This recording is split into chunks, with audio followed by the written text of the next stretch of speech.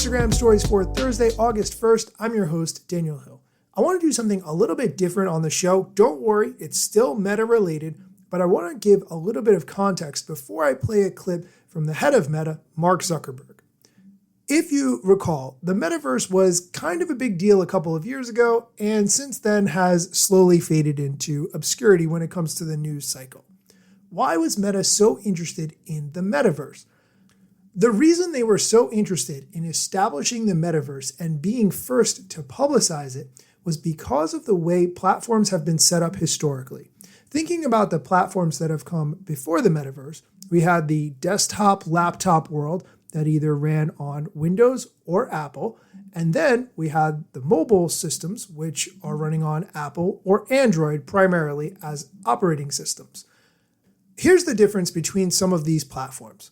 On desktop, on your laptop, you can install whatever program you want. You can go on the internet, find a program that you want to use, whether it's from a reputable company that you know and trust, or a not so reputable company, but you still want to install that program anyway, and you can do it without any trouble, really.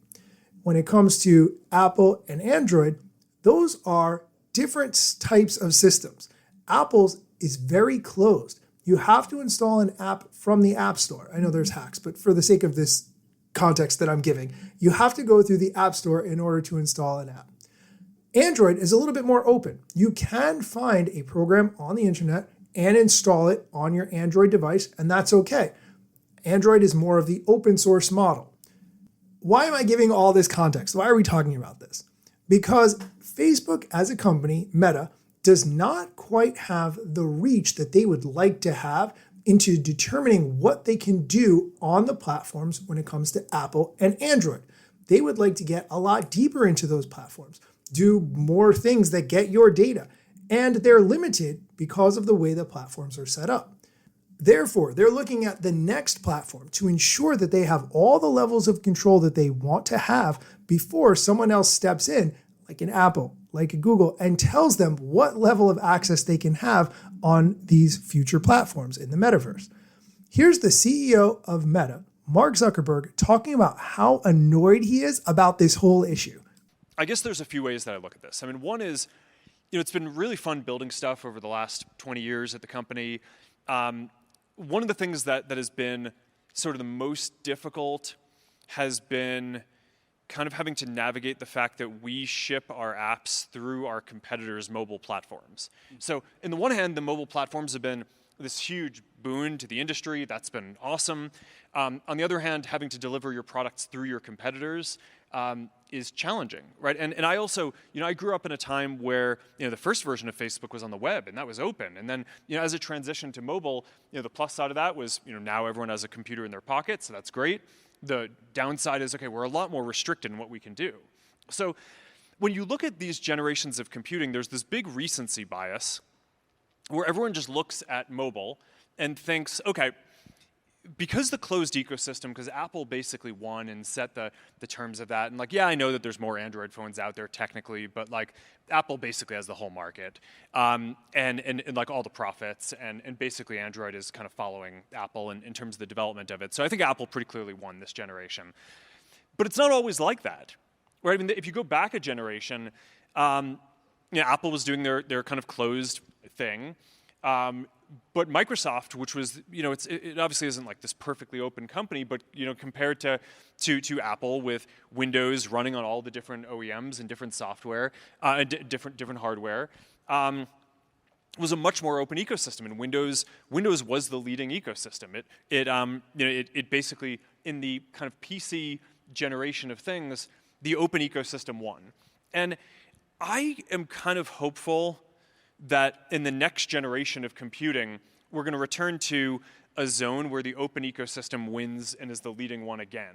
There will always be a closed one and an open one. I think that there's reasons to do both. There are benefits to both. I'm not like a zealot on this. I mean, we do closed source stuff, and not everything that we publish is open.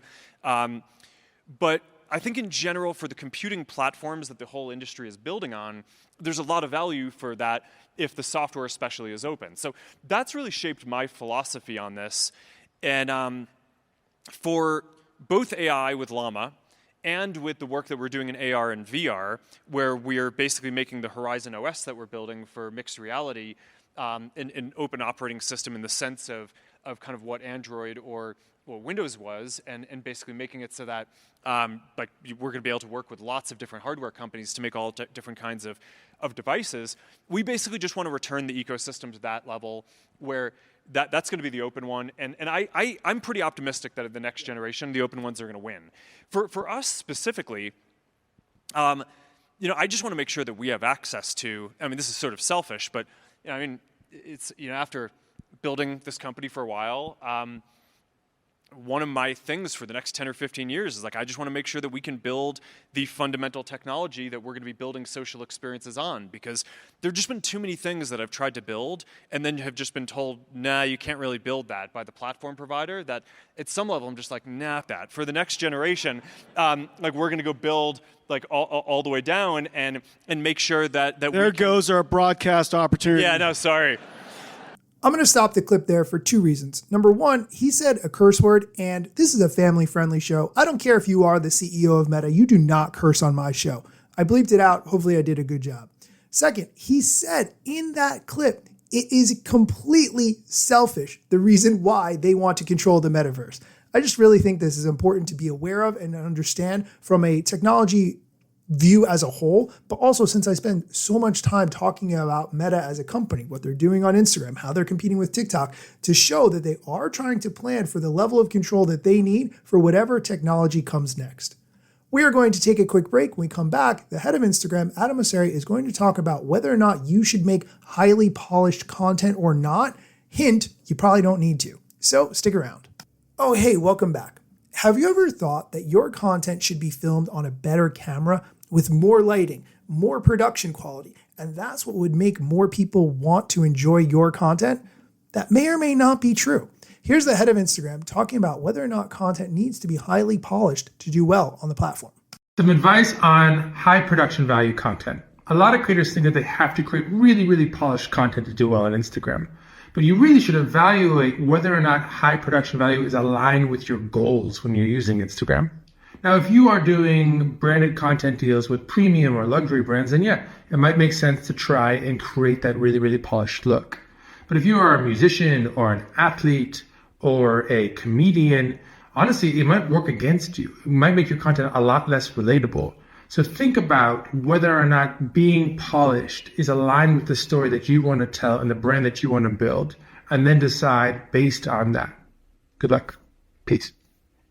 Well, there you have it. Focusing on the goals that you want to achieve on the platform is probably going to be a better use of your time than spending more effort on high production quality, buying lighting, buying a better camera, and all those other things that you could potentially do.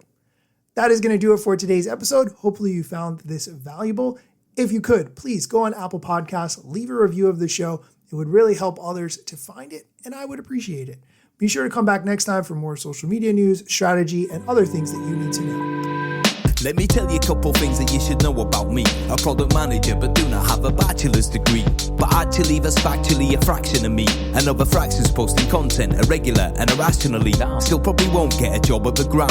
They forgot, they don't know, or don't care who I am. That's why you never see me at the parties and events. My lack of followers must make me irrelevant. Don't have a course, a book to sell to make a bag of grand. Not a social media marketer, don't represent any brands. Plain to see, don't have an agency, but I got a lot of spam. Just putting in my work without the glitz and glam. Won't catch me eating fish unless it's shrimp or clam. No six pack, no risk that there's a gym card in my hand. Don't have a full-time job, but I got a lot of plans. Stay plotting, dropping knowledge on TikTok and Instagram.